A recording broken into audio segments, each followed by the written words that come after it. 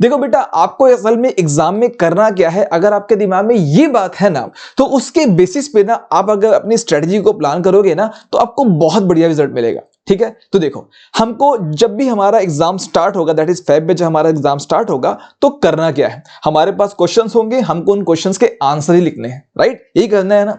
तो अगर उसकी प्रैक्टिस हम आज से ही करना शुरू कर दें, तो क्या हमें इस चीज का फायदा नहीं होगा। देखो, अभी क्या हो रहा है ना, you are looking for a one shot video, जो आपका क्या करे, which will revise the whole lot of chapter, then you will search for the notes, then you will try to mug up those notes, and again you will create what, you will try to recreate the answer in your own words। ये करने की कोशिश कर रहे हो ना। But एक बात बताओ, again that one shot video, again आप क्या कर रहे हो, वहां पे उस चीज को आप फिर से पढ़ ही रहे हो। बट मैं ये कहता हूं कि बेटा एक काम करते हैं ना, हमारा जो सिलेबस है ना, उसको हम क्या करते हैं, पहले चैप्टर से ही ना क्वेश्चंस आंसर को ना ही रिवाइज करना शुरू करते हैं। That is we have already studied the topic first, and after having a fair idea about this topic, हमको बस क्या करना है ना, उस टॉपिक से क्वेश्चन कैसे पूछते हैं ना, ये देख लेते हैं, और उन क्वेश्चन को सॉल्व कैसे करते हैं इसको समझ लेते हैं। अगर ये हमने कर लिया, तो हमारा जो बहुत बड़ा जो टेंशन है ना कि क्वेश्चंस कैसे पूछे जाएंगे, उनके आंसर्स कैसे लिखेंगे ना, ये आपका क्लियर हो जाएगा। और इस चीज में कुछ चीजें आपकी बहुत काम की हैं। फॉर एग्जाम्पल सैंपल पेपर्स, आपको उनको ले लेना चाहिए। एग्जाम्पल है एनसीईआरटी के, वो आपको ले लेना चाहिए। एनसीईआरटी के लास्ट के जो क्वेश्चंस हैं, उनके कहीं मॉडल आंसर मिलते हैं, वो आपको ले लेने हैं। और एक बात मैं आपको बताता हूं, पिछले 5 साल के जो पेपर है, अगर उसको आप सॉल्व कर लो, उसके आंसर को एग्जैक्टली रट लो ना, तो कीप माय वर्ड्स, आप मुझे बाद में आके कमेंट करना इस वीडियो में कि 80% जो आपके क्वेश्चंस है ना, वो पिछले साल के क्वेश्चन से ही क्या होते हैं, आपका रिपीट होते हैं। बस थोड़ी बहुत चीजें आपका अलग हो जाती हैं। तो what we can do and what we have plan for you is this, कि हम क्या करेंगे, चैप्टर वाइज ना आपके जो क्वेश्चंस हैं, उन क्वेश्चंस को लेंगे, उन क्वेश्चंस के आंसर को बताते बताते आपको उस टॉपिक को भी रिवाइज करा देंगे, और उन क्वेश्चंस का आंसर कैसे लिखना है ना, ये भी हम कर देंगे। जैसे ही हम क्वेश्चन को सॉल्व करना शुरू करते हैं, the first type of question that we face is the assertion reasoning type question. इसमें क्यों परेशानी होती है? परेशानी इसमें इसलिए होती है कि इसमें ना कुछ ऑप्शंस हैं जो हमारा बार बार दिमाग खराब करते हैं। हमको पता होने के बाद भी ना हम आंसर को ना गलत भी आपका टिक करके आ जाते हैं। तो क्या करें, इसका कोई ट्रिक है क्या? बिल्कुल इसका ट्रिक है, मैं आपको बताता हूं। देखो बेटा, करना क्या है, आपको assertion रीजन वाले क्वेश्चन में ना assertion को पढ़ने के बाद में ना एक मैजिकल वर्ड बोलना है, और वो मैजिकल वर्ड है आपका बिकॉज। ठीक बात है ना। अगर बिकॉज का आंसर आपको रीजन में मिल गया, मतलब आपका जो ऑप्शन ए हो जाएगा ना, ये आपका आंसर हो जाएगा। क्यों? क्योंकि ऑप्शन ए हमेशा ये बोलता है कि assertion सही है, रीजन सही है, और जो रीजन है assertion का करेक्ट एक्सप्लेनेशन है। ठीक बात है ना। तो आपको बस बोलना है क्यों। अगर क्यों के बाद में आंसर मिल गया, मतलब आपका ए और आर दोनों सही है, और आर जो है ए का करेक्ट एक्सप्लेनेशन है। अगर आपको एक्सप्लेनेशन सही नहीं मिला, तो आपको पता है कि भाई आर सही है, तो अगेन ये वाली बात, ए भी सही है, आर भी सही है, but R is not the correct explanation of the A. ठीक है ना। फॉर एग्जाम्पल आपको देता हूं, मोहन एक लड़का है, ये आपका क्या है, assertion है। रीजनिंग को लेते हैं, मीना एक लड़की है। ठीक है, तो पहला बात भी सही है, मोहन एक लड़का है, मीना एक लड़की, ये भी सही है। बट ये बात नहीं है ना कि मोहन लड़का है इसलिए क्योंकि मीना एक लड़की है। बात समझ रहे हो? तो इस तरीके से अगर हम सॉल्व करते हैं ना, तो हमारा ऑप्शन बी हो गया। कई बार ऐसा होता है, assertion सही होता है, रीजन गलत होता है, उस केस पे हमको आंसर सी लेना होता है। तो ऐसे क्वेश्चन में हमको क्या करना है ना, जैसे इस क्वेश्चन को देखते हैं एग्जांपल के रूप में। यहां पे लिखा है excretory unit of kidney is nephron. बिल्कुल सही बात है, nephron is the excretory unit of the kidney because it has no role in secretion of urine. How come? भाई nephron is the fundamental unit of the kidney which is responsible for formation of the urine. तो ये बात तो बिल्कुल सही गलत है ना, ये वाली बात। तो हम क्या करेंगे, ये वाले ऑप्शन को आंसर ले लेंगे। देखो यहां पे लिया हुआ है, आंसर यहां पे सी है। क्लियर है ना। वैसे ही बेटा कई बार ऐसा हो जाता है ना, ये आपका गलत हो जाता है और रीजन सही रहता है, इन दैट केस आपका ऑप्शन डी को ले लेते हैं। तो ये जो मैजिकल वर्ड मैंने आपको बताया बिकॉज, इसको आप प्लीज ध्यान में रखना, ये आपके बहुत काम आएगा, इससे आपके सारे क्वेश्चन बन जाएंगे। क्लियर? अच्छा, अब देखो कुछ और क्वेश्चंस इसी एस टॉपिक से, इसको देख लेते हैं अपन। अच्छा देखो, human body produces highly toxic substance which if not eliminated may cause the death. बिल्कुल सही बात है। हमारी बॉडी में जो आपका किडनी है, वो क्या कर रही है, एक्सक्रीट कर रही है किसको, यूरिया और यूरिक एसिड को। इसको बना कौन रहा है, इसको बना रहा है हमारा लीवर, राइट। क्यों लीवर? क्योंकि amino acid that is protein का डाइजेशन कर रहे होते हैं ना, उस समय जो एमिनो एसिड है ना, जो एक्सेस अमाउंट में जो एमिनो एसिड है वो ब्लड में ना घूमे, इसलिए उसको हमारा जो लीवर है ना कन्वर्ट कर देता है किसमें? यूरिया में और यूरिक एसिड में। अब उसको बाहर निकालने की जिम्मेदारी किसकी है? आपका किडनी की है। तो बिल्कुल सही बात है, कुछ टॉक्सिक सब्सटेंस ऐसे हैं अगर उनको नहीं हटाया गया ना तो क्या हो जाएगा? हमारी डेथ हो जाएगी। बिल्कुल सही बात है। अब इसके बाद मैं बोलता हूं हमारा magical word that is because. तो because excretory substance removes nitrogenous waste from the body. अब बताओ, इन दोनों बातों के अगर हम देखते हैं तो एजर्शन सही दिखता है, रीजन भी सही दिखता है, बट ये रीजन ना कि कहीं से भी ना जो ऑप्शन ए है या दैट इज जो एजर्शन वाला पार्ट है ना उसको एक्सप्लेन नहीं कर रहा है, बट सही दोनों है। तो in that case what would be our answer? हमारा आंसर हो जाएगा क्या? बी। क्लियर है? आंसर क्या हो जाएगा बेटा? बी। तो हमने कर लिया ये बात, हमने 2 क्वेश्चन करें। अच्छा, और क्वेश्चन करके देखें क्या? चलो, इसको आप लोग ना क्या करना, वीडियो को पॉज करना और इसके क्वेश्चन को खुद सॉल्व करना। ठीक है, चलो क्या लिखा है? Haemodialysis can save the life of patients with kidney failure. बिल्कुल सही बात है। कई लोगों की ना किडनी खराब हो जाती है तो उनको डायलिसिस पर रखा जाता है। तो डायलिसिस एक मशीन हो जाती है जो क्या करती है ना, हमारे ब्लड को लेकर मशीन के में आपका जितने भी हमारे वेस्ट होते हैं उनको निकाल लेती है और वापस प्योर करके ब्लड को हमारी बॉडी में डाल देती है। तो इसको बोलते हैं हीमोडायलेटर या हीमोडायलिसिस, राइट? तो ये बिल्कुल सही है, सेव करती है लोगों की लाइफ को। बिल्कुल सही है। अब again let's say our magical word because waste products like urea can be removed from the blood by hemodialysis। क्यों ऐसा? क्योंकि वो वेस्ट प्रोडक्ट को ना क्या करती है? ब्लड से हटा देती है हीमोडायलिसिस से। तो बिल्कुल सही दिख रहा है हमको, ए भी सही है, आर भी सही है और ए का आंसर हमको ना आर में मिल रहा है। तो गेस करो इसका आंसर क्या होगा? इसका आंसर हो जाएगा बेटा ए। क्लियर है ना? तो देखो ये हमारा 3rd क्वेश्चन भी हो गया। ठीक, अब आते हैं 4th क्वेश्चन पे। 4th क्वेश्चन क्या बोल रहा है भाई? देखो, in humans major amount of water is absorbed by the tubular part of the nephron. ठीक है ना? यानी कि होता क्या है ना, बहुत बड़ा जो अमाउंट ऑफ होता है वाटर का वो ट्यूबुलर फॉर्म में आपका फिर से क्या हो जाता है? एब्सॉर्ब हो जाता है नेफ्रॉन में। समझेंगे इसको, मैं इसको जस्ट अभी इस क्वेश्चन के बाद ना आपको एक्सप्लेन करता हूं इसको आपको। ठीक है, तो ये बोल रहा है बहुत बड़ा अमाउंट जो वाटर है ना, जो हमारी जो नेफ्रॉन है उसको फिल्टर किए होते हैं वापस रीअब्सॉर्ब कर लेते हैं। कारण दिया है absorption of water depends on the dissolved waste to be excreted from the body. ये बात भी सही है, बट अगर इसके बाद मैंने क्या कहा? इसके बाद मैंने कहा बिकॉज। ठीक है, तो बिकॉज का आंसर ये होना था कि भाई पानी को इसलिए हम एब्जॉर्ब कर लेते हैं ताकि पानी की हमारे बॉडी में क्या ना हो? कमी ना हो। अगर वो बात रीजन में लिखी होती ना तो मैं ऑप्शन क्या ले लेता? मैं ऑप्शन ले लेता ए। बट क्या यहां पे ए ले सकता हूं? नहीं। क्यों? क्योंकि ए और बी दोनों करेक्ट तो हैं, बट ना बी ए को क्या नहीं कर रहा है? एक्सप्लेन नहीं कर रहा है, इसलिए my answer would be B. समझ में आ रहा है बेटा? इस तरीके से आपको सॉल्व करना है एजर्शन और रीजन वाले क्वेश्चन को। आपको एजर्शन को पढ़ने के बाद में बोलना है क्या? बिकॉज, क्योंकि बोलना है। तो आपको आंसर मिल गया, तो आपका आंसर ए, नहीं मिला तो बी। ठीक है, अच्छा। अब आते हैं नेक्स्ट कैटेगरी ऑफ क्वेश्चन जो इस टॉपिक से पूछे जा सकते हैं, और वो है आपका वेरी शॉर्ट टाइप क्वेश्चन। ठीक है ना? Very short answer type question, 1 number का होता है, ज्यादा इस पे बात करनी नहीं, बस सीधे आंसर आपको मेंशन करने होते हैं। फॉर एग्जाम्पल पूछा है mention the respiratory unit of lungs and excretory unit of kidneys. इसका मतलब क्या हुआ? देखो, रेस्पिरेटरी यूनिट क्या होती है लंग्स में? लंग्स में होती है आपका एल्वियोली। क्या होती है? एल्वियोली। क्यों एल्वियोली? क्योंकि एल्वियोली एक जगह है जहां पर क्या हो रहा है?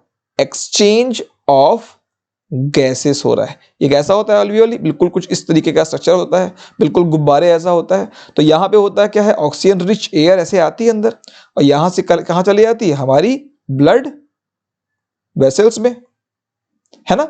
और ब्लड वेसल से जो CO2 है वो कहां चले जाता है? यहां। तो यहां से CO2 बाहर हो जाता है। तो this is alveoli. Excretory unit क्या है बताओ तो भाई? एक्सक्रीटरी यूनिट हमारी किडनी क्या है? ये है आपका नेफ्रॉन। क्या है? नेफ्रॉन। नेफ्रॉन कैसा होता है पता है? देखो नेफ्रॉन का डायग्राम बनाते चलो। ये आपका होता है नेफ्रॉन, ये देखो नेफ्रॉन, लूप ऑफ हेनली हो गया, दिख रहा है आपको? ये डायग्राम दिख रहा है बच्चा पार्टी? बस ऐसे डायग्राम बनाना है बेटा। This is nephron. यहां पे ऐसे देखो ब्लड आते हैं ऐसे, ये ऐसा, इसको क्या बोलते हैं? This is what we call as the glomerulus. इस कैप्सूल को, ऐसा कैप्सूल क्या बोलते हैं? इसको बोलते हैं बोमेन्स कैप्सूल। क्या बोलते हैं? Bowman's capsule.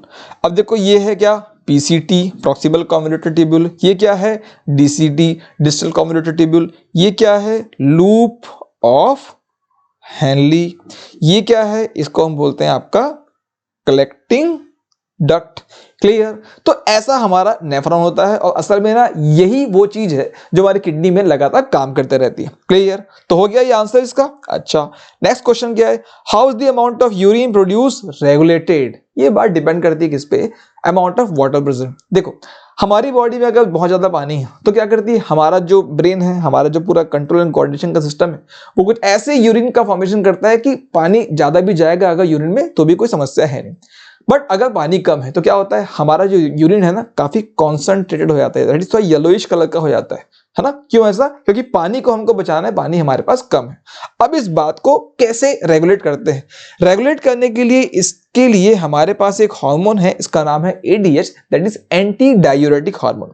ये हार्मोन क्या करता है ना, based upon the amount of water present in our body, क्या करता है, यूरिन को या तो आपका कॉन्सेंट्रेटेड करेगा या तो आपका डाइल्यूट कर देता है। तो how is the amount of urine produce regulated, आपको बताना है भाई, it can be regulated based upon the two things. पहला क्या, अमाउंट ऑफ वाटर, कितना भाई आपका पानी है, amount of water present in the body, और आप बोल सकते हो आपका ADH hormone, anti diuretic hormone. Clear है ना। अच्छा, अब next question again, what is micturition. ये तो बड़ा इजी टॉपिक है, the removal of the urine from the body, उसको बोलते हैं आपका मिक्टुरेशन। ठीक है ना। तो बड़ा इजी क्वेश्चन थे सारे। अब हम आते हैं आपका थोड़े शॉर्ट आंसर टाइप क्वेश्चन में, जो लगभग 3 मार्क्स के हमारे एग्जाम में पूछे जाते हैं। लिखा है mention the pathway of urine starting from the organ of its formation, जहां से बनते हैं वहां से इसका पाथवे बताना है। आपको 4 सब्सटेंस ही बताने हैं which are reabsorbed from the initial filtrate in the tubular part of the nephron. ठीक है, क्वेश्चन समझ में आया, नहीं समझ में आया तो पॉज करके इसको पढ़ना। अब मैं इसको करने जा रहा हूं आपका एक्सप्लेन, क्या होता क्या है तो देखते हैं। देखो सपोज ये हमारी पहली किडनी, ओके, और ये हमारी दूसरी किडनी, ऐसे होती किडनी, राइट। अब किडनी में ना ऐसे ब्लड वेसल्स आए होते हैं ना ऐसे, ठीक है, vena cava and renal artery. ठीक, तो ये किडनी है। अब किडनी की ये जो आपका यहां से जो निकलने वाले पाइप है ना, ये असल में जुड़ते हैं और आपका एक जगह एक पाइप ऐसी पूरी हो जाती है, ऐसे एक पाइप, और ये जुड़ जाती है एक ब्लैडर में। ठीक है, तो देखो ये क्या हो गया आपका, this is our kidney, this is termed as ureter, और इसको हम बोलते हैं आपका यूरिनरी ब्लैडर।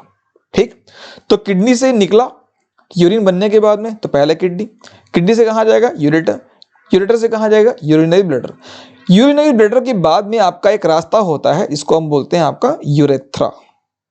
क्या बोलते हैं, यूरेथ्रा। तो इससे हमारी बॉडी से यूरिन आपका निकल जाता है। तो पाथवे क्या हुआ, पाथवे ये हो गया हमारा किडनी, उसके बाद यूरेटर, यूरिनरी ब्लैडर, और उसके बाद में यूरेथ्रा। क्लियर हो गया। अच्छा, नेक्स्ट क्या पूछा है, name the 4 substance which are reabsorbed from the initial filtrate. इसका मतलब क्या होता है, देखो जैसे हमारा जो नेफ्रॉन था ना, इसका डायग्राम मैंने अभी थोड़ी देर पहले बनाया था, इसको थोड़ा फिर से बनाते हैं। ये देखो, ये जो आपका नेफ्रॉन है ना बेटा, यहां पे क्या होता है, ये जो फेस है आपका पहला पार्ट, यहां पे क्या होता है मालूम, यहां पे एक प्रोसेस होती है, इसको हम बोलते हैं अल्ट्रा फिल्ट्रेशन। अल्ट्रा फिल्ट्रेशन मतलब हमारे ब्लड में जो कुछ भी है ना उसको फिल्टर कर देता है वो। कौन, आपका ये बोमेन कैप्सूल। ठीक बात है ना। किसको छोड़ के, प्रोटीन को छोड़ के, क्योंकि प्रोटीन काफी बड़ा होता है। तो हमारा सारा जो कंटेंट होता है ब्लड का वो कहां पर आ जाता है, यहां पर आ गया। अब इस कंटेंट में क्या क्या है भैया, इस कंटेंट में है ग्लूकोज, इस गया फिर से मैं बनाता हूं, देखो इस कंटेंट में है क्या, ये हमारा फिल्ट्रेशन आया, तो इस कंटेंट में है क्या, इस कंटेंट में है ग्लूकोज, इस कंटेंट में है हमारा एमिनो एसिड, इस कंटेंट में है आपका बहुत सारा वाटर। ठीक है, और इसमें है क्या, और इसमें है कुछ आपके सॉल्ट्स भी। ठीक, ये सारी चीजें। तो ये चीजें अगर इसी के अंदर रह गई तो क्या हो जाएगा, यहां से ऐसे जाएगा और कलेक्टिंग डक्ट के थ्रू आपका हमारी बॉडी से निकल जाएगा। तो एक बात बताओ, हमारी बॉडी में एक सिस्टम है, इसको हम बोलते हैं डाइजेस्टिव सिस्टम। उसने बड़ी मेहनत से क्या किया, भोजन को, दैट इज फूड को पचाया, डाइजेस्ट किया। डाइजेस्ट करने के बाद में उसको हमने एब्जॉर्ब किया, एब्जॉर्ब करके ब्लड में घूम रहा है। अब वो ब्लड के थ्रू किडनी में चला गया, किडनी से अगर बाहर निकल जाएगा तो क्या हमारे किसी काम वो आएगा? ऑब्वियसली नहीं आएगा। तो क्या करना पड़ेगा हमको? क्या है ना, देखो शुरुआत में ना जो हमारा किडनी का जो नेफ्रॉन वाला पार्ट है, उसके बोमेन कैप्सूल को ये नहीं पता होता कि कौन सी चीज काम की है, कौन सी चीज काम की नहीं। तो क्या बोलता है, सारे आ जाओ अंदर। ये कुछ ऐसा है जैसे कई बार देखना, जब हम क्लास में हल्ला कर रहे होते हैं ना, तो टीचर अचानक से बाहर से आते हैं और बोलते हैं कौन कौन हल्ला कर रहा है। हम कुछ नहीं बोलते हैं, हम ऐसा चुप रहते हैं। उसके बाद में टीचर क्या करता है, पूरी क्लास को पनिशमेंट देता है। और पूरी क्लास को जब पनिशमेंट मिलती है तो फिर समझ में आता है और धीरे धीरे आपका नाम क्लियर होने लगता है कि असल में बदमाशी किसने करी थी। बट शुरुआत में क्या होता है, पूरी क्लास को पनिशमेंट मिलती है और बाद में जो मेन कल्प्रिट है उस क्लास से बाहर आता है। Same is the case with nephron. बेटा क्या होता है ना, नेफ्रॉन ने क्या किया, जो इसका बोमेन कैप्सूल है इसने पहले सबको आपका अंदर ले लिया, उसके बाद में देखा कि यार कौन कौन सी चीज काम की है, उसको हम फिर से आपका क्या कर रहे हैं, रीअब्सॉर्ब कर रहे हैं। तो देखो ग्लूकोज हमारे काम का है, ये रीअब्सॉर्ब होता है। एमिनो एसिड बहुत काम का है, ये भी आपका रीअब्सॉर्ब होता है। वाटर होगा और आपका सॉल्ट्स। तो ये चार ऐसी चीज है जिसको हमारा जो बॉडी है, दैट इज जो नेफ्रॉन है ना, वो क्या कर लेता है, रीअब्सॉर्ब कर लेता है। क्लियर है? तो क्या क्या मैंने बताया, amino acid will get reabsorbed, glucose will get reabsorbed, some salts will reabsorbed and the water।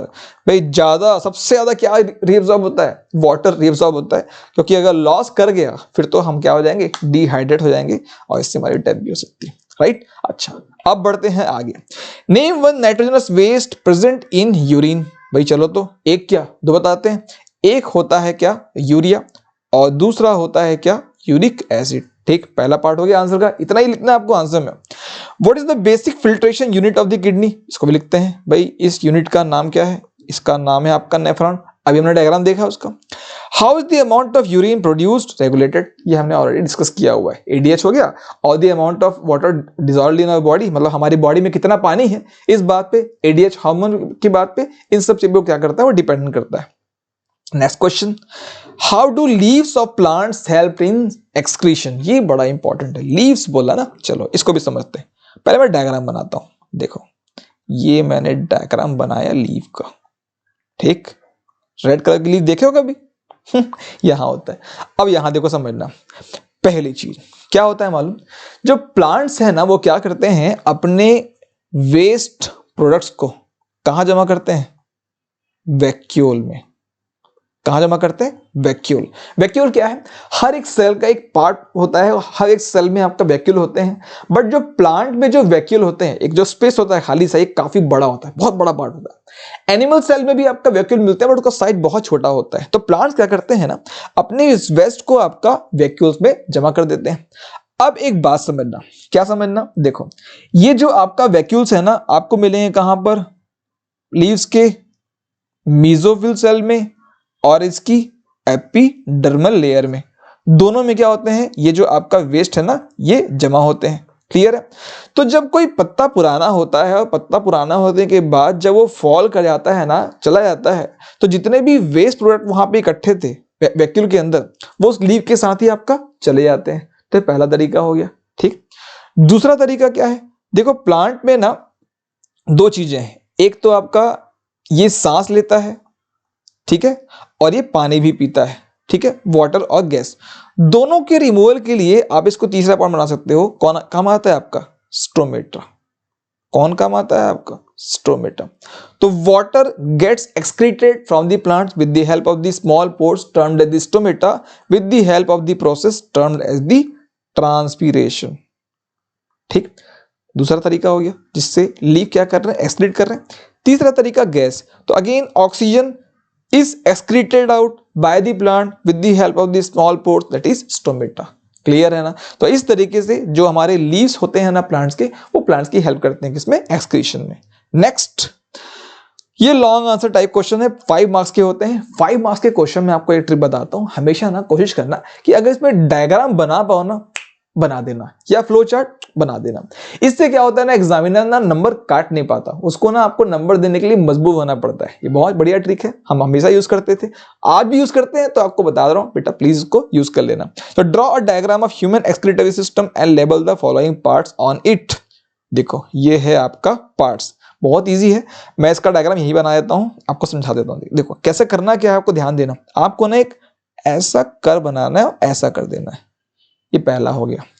Same फिर आपका इधर से करनी है, ये ऐसा कर देना, हो गया। बस ये आपका यूरिनरी ब्लैडर हो गया, यहाँ पे यूरेथ्रा हो गया, ये क्या हो गया, इसको बोलते हैं ureter. This is kidney, this is also kidney. अब इसमें क्या करना है, हमको लगाने हैं आपका ब्लड वेसल्स, ठीक है। तो ये ब्लड वेसल्स मान लेते हैं, इसको आप बोलना कि भाई दिस इज वेना कैवा, इसको बोलना ये क्या है आपका रीनल आर्टरी। तो इस तरीके से देखो हमने इसमें रीनल आर्टरी शो कर दी, वेना कैवा शो कर दिया, यूरिनरी ब्लैडर, ये आपका दिस इज यूरिनरी ब्लैडर, और आपका लेफ्ट किडनी, क्या हमने राइट किडनी भी शो कर दिया। तो ये आपकी लेफ्ट किडनी ना, this is left kidney, this one is right kidney. Okay, तो ये हमने आपका शो कर दिया। तो ये हो गया डायग्राम। इसकी प्रैक्टिस बार बार आपको करनी है, और बनाने का तरीका बड़ा सिंपल सा, देखो फिर से बताता हूं। आपको ना एक ऐसा बनाना है, फिर ऊपर जाएंगे अपन और ऐसा कर लेना बेटा, ये वैसे ही करना। यहां भी देखो ये और ऐसा, बस इतना ही मेन आपका चीज है। इसके बाद की चीजें आप लोग आराम से एकदम आपका कर सकते हो, ठीक है। प्रैक्टिस बहुत करनी है एग्जाम की। नेक्स्ट पार्ट है list 2 vital functions of the kidney. दो फंक्शन क्या है, पहला तो ये है कि it regulate the amount of water in our body, उसको रेगुलेट करता है with the help of the ADH hormone which is secreted from the pituitary gland. Okay, पहला चीज। सेकंड चीज क्या है, it removes the nitrogenous waste from our body, है ना, क्योंकि अगर वो नहीं रिमूव किए गए तो हमारी बॉडी के लिए टॉक्सिक हो सकते हैं। क्लियर? अच्छा, अब देखो भाई नेक्स्ट पार्ट। नेक्स्ट एक और क्वेश्चन आ गया, draw a diagram of excretory unit of human kidney and label the following. अब देखो यहां पे इसने क्या कहा, एक्सक्रीटरी यूनिट, मतलब ये किसकी बात कर रहा है, ये बात कर रहा है आपका नेफ्रॉन की। तो हमने नेफ्रॉन का डायग्राम बना लिया है। ओके, वहां पे वो क्या दिखाना है, Bowman capsule, glomerulus, collecting duct and renal artery. ठीक है, कैसे बनेगा इसको भी देखो। सबसे पहले ना मैं आपको तरीका सिखाऊं ना, तरीका कैसे बनाना है आपको ये सिखा देता हूं। देखो सबसे पहले आपको बनाना है ऐसा एक सी, बन गया। फिर यहां से आपको लेके ना इसको ऐसा एक जिगजैग, बिल्कुल सांप की तरह करना बेटा। यहां भी ऐसा करेंगे, फिर अपन यहां भी ऐसा कर लेंगे भाई, हुआ। अब आपको नीचे ले आना है इसको और ऊपर ले आना है, इसको भी ठीक इसके ऊपर वाले की तरह फॉलो करना है।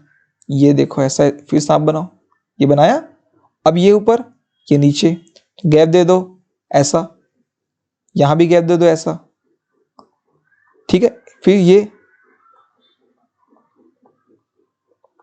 ठीक है बेटा। अब देखो जो जो चीजें हमको यहाँ पे पूछी गई ना, वो सारी चीजें हमने यहाँ पे बना दी। क्या क्या देखो, ये जो कैप्सूल है इसी को हम बोलते हैं क्या, बोमेन कैप्सूल।